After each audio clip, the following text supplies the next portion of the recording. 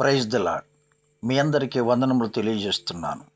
నేటి జీవవాక్యము, అతని ప్రాణము నెమ్మదిగా ఉండును, అతని సంతానము భూమిని స్వతంత్రించుకొనును. 25వ దావీదు కీర్తన 13వ చరణము.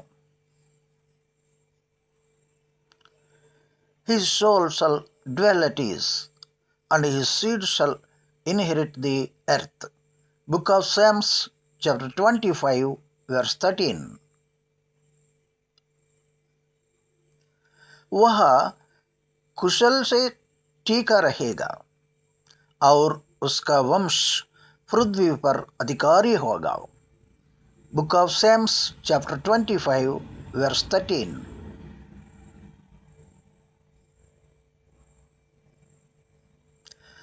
God bless you all. దేవుడు మిమ్మల్ని దీవించునుగాక.